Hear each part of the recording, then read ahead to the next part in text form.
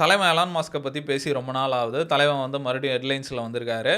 என்ன சொல்கிறாங்க, Elon Musk தான் இப்போ வேர்ல்டுலே ஃபஸ்ட்டு பர்சன் டு ரீச் 500 பில்லியன்றாங்க. எப்படி அவர் அந்த இடத்த ரீச் பண்ணாரு, அதே மாதிரி இவருக்கு நிறைய செக்யூரிட்டி த்ரெட்ஸும் வந்துட்டு இருக்கு அப்படின்றாங்க. என்ன நடந்துட்டு இருக்கு அப்படின்ற மாதிரி இந்த வீடியோவில் பார்ப்போம். எலான் மாஸ்கை பற்றி தெரியாத ஆளே இருக்க முடியாது. அவர் தான் வேர்ல்டுல ரிச்சஸ்ட் மேன். பல மாசமா அவர் தான் அந்த நம்பர் 1 பொசிஷனில் இருக்காரு. அதே மாதிரி வேர்ல்டுல ரொம்ப இன்ஃப்ளூயன்ஷியலான மேன் யாருன்னு பார்த்தா அதுவும் எலான் மாஸ்க் தான். போன வெனஸ்டே வந்து டெஸ்லா ஸ்டாக்கு 4% இன்க்ரீஸ் ஆகி அவரோட வேல்யூ வந்து 9 பில்லியன் கிட்ட ஏறி இப்போ வந்து அவர் 500 பில்லியன் கிட்ட இருக்காரு அவரோட நெட்வொர்த்து. இவர் தான் வேர்ல்டுலே first person to reach 500 billion. 500 billion நம்ம ஈஸியாக சொல்லிடுறோம். அந்த 500 பில்லியனோட இந்தியன் வேல்யூ எவ்வளோன்னு பார்த்தா 41,05,000 கோடி. ஒரு ஆளுக்கு அவன் வாழ்க்கையில் என்ன வேணால் பண்ணலாம்ப்பா அப்படின்னா எவ்வளோ பணம்னு சொல்லுவாங்கன்னா 120 மில்லியன் சொல்லுவாங்க. 120 மில்லியன்னா இந்திய காசுக்கு 1000 கோடி. அந்த 1000 கோடியில் நம்ம என்னென்ன பண்ணலாம்னா ஒரு பக்காவாக ஒரு வீடு வாங்கலாம். ஒரு 20-30 கோடி வச்சாலே பக்காவான வீடு இருக்கும். அதுக்கப்புறம் ஒரு 4-5 சூப்பர் கார்ஸ் வாங்கலாம். இப்போ 5 கோடி 10 கோடி அந்த மாதிரி ஒரு 4-5 சூப்பர் கார்ஸ் வாங்கலாம். அதுக்கப்புறம் ஃபுல்லாகவே ப்ரைவேட் ஜெட்டில் ட்ராவல் பண்ணலாம். வாங்காமல் ட்ராவலிங்கு மட்டும் சொல்கிறேன். அதுக்கப்புறம் நம்ம லைஃப் ஸ்டைலே பக்காவாக இருக்கும். அப்படிலாம் பண்ணியுமே மீதி காசு இருக்கும். இந்த 1000 கோடின்றது ஒரு பர்சனுக்கு அன்லிமிட்டட் மணின்னு வாங்க. நம்மளால் ப்ரைவேட் ஜெட் வாங்க முடியாது, ஒரு யாட்ச் வாங்க முடியாது. மற்றபடி அந்த உலகத்தில் என்ன வேணால் பண்ணலாம். இது வெறும் 100 மில்லியன் இருந்தால் போதும். அப்போ 500 பில்லியன்னா அப்போ அதோட அமௌண்ட்டை யோசிச்சுப்பார். எவ்வளோ பணம், அதை வச்சு என்ன பண்ணலாம் அப்படின்ற மாதிரி பல நாடுகளோட அதிக பணம் வந்து எலான் மாஸ்க் வச்சிருக்காரு. இந்த கெயின் வந்து வெறும் டெஸ்லால இருந்து மட்டும் வரல. ஆனால் டெஸ்லா லாஸ்ட் இயர் மட்டுமே 84% கிட்ட இன்க்ரீஸ் ஆயிருக்கு. இவருக்கு வந்து டெஸ்லால 12% ஷேர் இருக்கு. அதோட வேல்யூ வந்து 191 பில்லியனு. அதுக்கப்புறம் வந்து இவருக்கு ஸ்பேஸ் எக்ஸ் இருக்கு. அந்த கம்பெனியோட வேல்யூ வந்து 400 பில்லியனு. ரீசெண்டாக வந்து அது வேல்யூ பண்ணி பார்த்தாங்க. அதில் வந்து இவருக்கு 42% ஷேர் இருக்கு. அதோட வேல்யூ வந்து 168 பில்லியனு. அதுக்கப்புறம் இவர்கிட்ட வந்து எக்ஸ் இருக்கு. ட்விட்டரை வாங்கி அதை எக்ஸ்ன்னு மாற்றினாங்க. அதுக்கப்புறம் XAIன்னு ஒரு ஏஐ கம்பெனி இருக்கு. அது ரெண்டும் மெர்ஜ் பண்ணி அது ஒரு கம்பெனியாக இருக்கு. அதோட வேல்யூ வந்து 113 பில்லியன். அதில் வந்து இவருக்கு 53% ஸ்டேக் இருக்கு. அதோட வேல்யூ வந்து 60 பில்லியன். இதெல்லாம் மொத்தமாக கனெக்ட் பண்ணி பார்க்கும்போது கிட்டத்தட்ட 500 பில்லியன் கிட்ட வராரு. இந்த ரைஸ்க்கு முக்கியமான காரணம் வந்து தலைவன் வந்து பாலிடிக்ஸில் ரொம்ப பிஸியாக இருந்தார். டாஜ்னு ஒரு ஆர்கனைசேஷன் ரன் பண்ணிட்டு இருந்தார். அப்போ இவரோட ஸ்டாக் வந்து பயங்கரமாக கம்மியாயிடுச்சு. இப்போ திருப்பி அந்த டாஜ் முடிஞ்சு ட்ரம்ப்போட சண்டை போட்டுலாம் வந்துட்டாரு. இப்போ ஃபுல் கான்சன்ட்ரேஷன் வந்து அவரோட கம்பெனிஸ் மேலே தான் பண்ணிட்டு இருக்காரு. இதெல்லாம் தான் இந்த இன்வெஸ்டரை சந்தோஷப்படுத்திருக்கு. அதனால தான் இப்போ ஸ்டாக்ஸ்லாம் ஏறிட்டு இருக்கு அப்படின்ற மாதிரி சொல்கிறாங்க. தலைவன் வந்து இதே ஸ்பீடில் போயிட்டு இருந்தாருன்னா 2033 மார்ச்சுக்குள்ளே வந்து 1 ட்ரில்லியன் ரீச் பண்றாரு அப்படின்ற மாதிரி சொல்லிட்டு இருக்காங்க. இந்த நம்பர்ஸ் எல்லாம் கேட்கும்போது இதெல்லாம் எப்பரா விரல் விட்டு எண்ணுறது அப்படின்ற மாதிரி இருக்கு. இதெல்லாம் சும்மா சொல்லக்கூடாது. அந்த ஒரு ஆள் கஷ்டப்பட்டு தான் இவ்வளோ பெரிய சாம்ராஜ்யமே உருவாக்கியிருக்காரு. நமக்கே தெரியும், அவர் அந்த பேபால் வச்சிருந்த டைம்லாம் பார்த்தோன்னா அவரோட ஃபோட்டோ ஒன்று இருக்கும். அவரோட காரில் ஏதோ ரிப்பேர் ஆயிருக்கும். இவர் உட்காந்து ரெடி பண்ணிட்டு இருக்க மாதிரி ஒரு ஃபோட்டோ இருக்கும். அங்கேருந்து மனுஷன் இப்போ வேர்ல்ட்லே ஃபர்ஸ்ட் 500 பில்லியனர்லாம் ஆகிறாருன்னா அது முக்கிய காரணம் அவரோட உழைப்பு மட்டும்தான். அவர் அவ்வளோ ஐடியாஸ் வச்சிருக்காரு. அது மட்டும் இல்லாமல் அவர் அந்த எக்ஸ் வாங்கினதுக்கு அப்புறம் பயங்கர ஆக்டிவாக இருப்பார். மற்ற யார் நம்ம அந்த எக்ஸை ஓப்பன் பண்ணாலே மற்ற யார் போஸ்ட் இருக்கோ இல்லையோ எலான் மஸ்க் ஒரு போஸ்ட்டோ ஒரு கமெண்ட்டோ ஒரு ட்வீட்டோ அந்த இருந்துகிட்டே இருக்கும். அந்த அளவுக்கு அது ஆக்டிவாக இருப்பார். நிறைய பேருக்கு வந்து இதெல்லாம் பார்த்துட்டு நானும் எலான் மாஸ்க் மாதிரி ஆகணும் அப்படிலாம் ஆசைப்படுவாங்க. அவரே இதை பற்றி நிறைய சொல்லியிருக்காரு. உங்களுக்கு வெளியே இருந்து பார்க்கும்போது நல்லா இருக்கும், ஆனால் என்ன நீங்கள் பக்கத்துல இருந்து பார்த்தீங்கன்னா உங்களுக்கு கண்டிப்பாக இந்த வாழ்க்கைலாம் பிடிக்காது அப்படின்ற மாதிரி சொல்லியிருக்காரு. அவர் தலையில் வந்து ஒரு புயலே அடிச்சிட்டு இருக்கோம் அப்படின்ற மாதிரி சொல்லுவார். நம்மளுக்குமே தெரியுது, இப்போ நம்ம பார்க்கும்போது கெத்ரா டெஸ்லா ஓனர் அப்படின்ற மாதிரி இருக்கும்.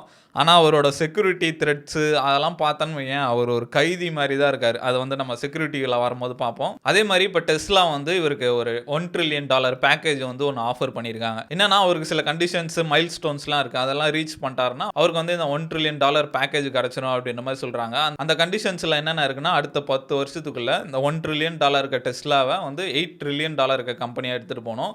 அதே மாதிரி 20 மில்லியன் கார்ஸை வந்து சேல் பண்ணி காட்டணும்.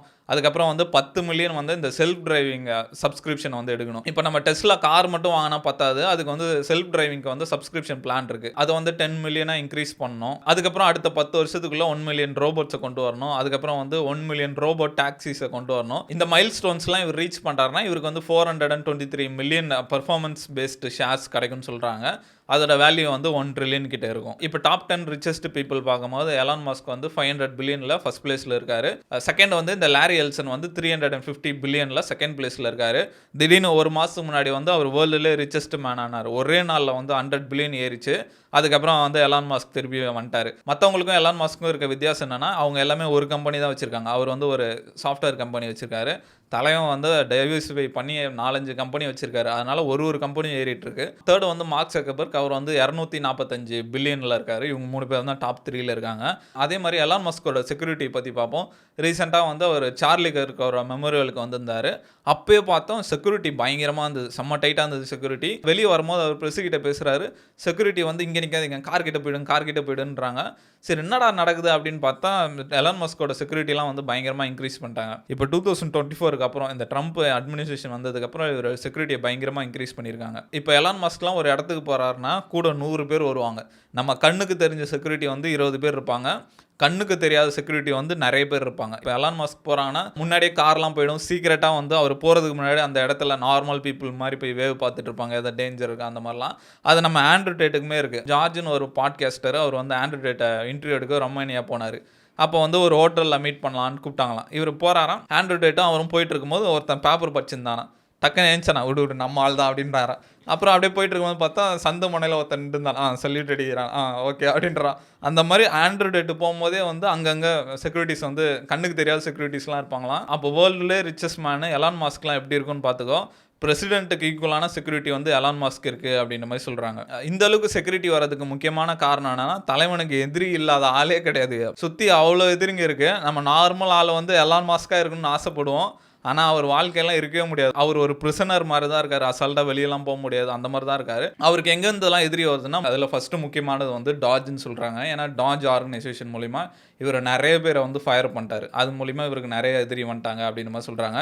அடுத்து முக்கியமான ரீசன் வந்து ஸ்பேஸ் எக்ஸ், அது வந்து ஸ்பேஸ்லாம் ரிசர்ச் பண்ணுறதுனால மற்ற நாடோட இன்டெலிஜென்ஸ்லாம் இவர் மேலே குறி வச்சிருக்காங்க அப்படின்னு மாதிரி சொல்கிறாங்க. ரஷ்யா இருக்கட்டும், நார்த் கொரியா, ஈரான், அவங்கெல்லாம் வந்து இவரை வாட்ச் பண்ணிட்டு இருக்காங்க. இவர் என்ன ஆக்டிவிட்டியில் ஈடுபட்டு இருக்காரு அப்படின்ற மாதிரி அவங்க இவங்களை வாட்ச் பண்ணிட்டு இருக்காங்க. அதே மாதிரி எலான் மாஸ்க் வந்து சைபர் டீமும் இருக்கும், இன்டர்நெட்டில் வாட்ச் பண்ணிட்டு இருப்பாங்க. இவர் டேட்டா திருடுறது, அந்த மாதிரி யாராவது இவர் டேட்டா திருடுறாங்களா அந்த மாதிரிலாம் வாட்ச் பண்ணிட்டு இருப்பாங்க. அதே மாதிரி இவருக்கு நிறைய கிரிமினல் ஆர்கனைசேஷன்ஸு, அதுக்கப்புறம் லோக்கல் டெரரிஸ்ட் குரூப் எல்லாமே இவருக்கு அகைன்ஸ்டாக இருக்காங்க, இவரை போடணும்னு பார்த்துட்டு இருக்காங்க அப்படின்னு மாதிரி சொல்கிறாங்க. அதுக்கப்புறம் இந்த லெஃப்ட் விங் ஆக்டிவிஸ்ட், இவர் வேற ரைட் விங்கு டைரக்டாக டொனால்ட் ட்ரம்ப்புக்கு சப்போர்ட் பண்ணுறாரு. சார்லி கிரக்கை எப்படி போட்டாங்களோ அதே மாதிரி இவருக்கும் ஆபத்து இருக்குது அப்படின்ற மாதிரி சொல்கிறாங்க. அடுத்து முக்கியமானது வந்து பிஸ்னஸ் ரைவல்ஸ், இவருக்கு நிறைய பிஸ்னஸ் ரீதியாகவும் நிறைய எதிரி இருக்காங்க.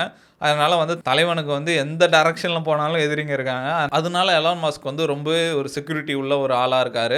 இவருக்கு வந்து இவர் ஒரு இடத்துக்கு போகிறாருன்னா மேலே ஸ்னைப்பர்ஸ்லாம் இருப்பாங்க, அந்தளவுக்கு இவருக்கு செக்யூரிட்டி இருக்குது. அதே மாதிரி இவர் காருமே ரொம்ப செக்யூராக இருக்கும், புல்லட் ப்ரூஃப் அந்த மாதிரி இருக்கும். இவர் டிரைவரை யாராவது சுட்டாங்கன்னா காரே வந்து ஆட்டோ பைலட்டில் வந்து அந்த இடத்த விட்டு போயிடும். அந்த மாதிரி நிறைய முக்கியமான ஃபீச்சர்ஸ்லாம் இருக்குது இவர் காரில். இவர் வந்து உலகத்திலே ரொம்பவே பாதுகாக்கப்பட்ட ஒரு ஆளாக இருக்கார். எலான் மாஸ்க் ஃபர்ஸ்ட் டைம் வந்து 500 பில்லியன் ரீச் பண்ணியிருக்காரு. அதை பற்றி என்ன நினைக்கிறீங்க? எலான் மாஸ்க்கு கூடிய சீக்கிரம் 1 ட்ரில்லியன் ரீச் பண்ணுவாரா, இல்லை வேற யாராவது அந்த இடத்த பிடிப்பாங்களா அப்படின்ற மாதிரி கமெண்ட்டில் சொல்லுங்கள்.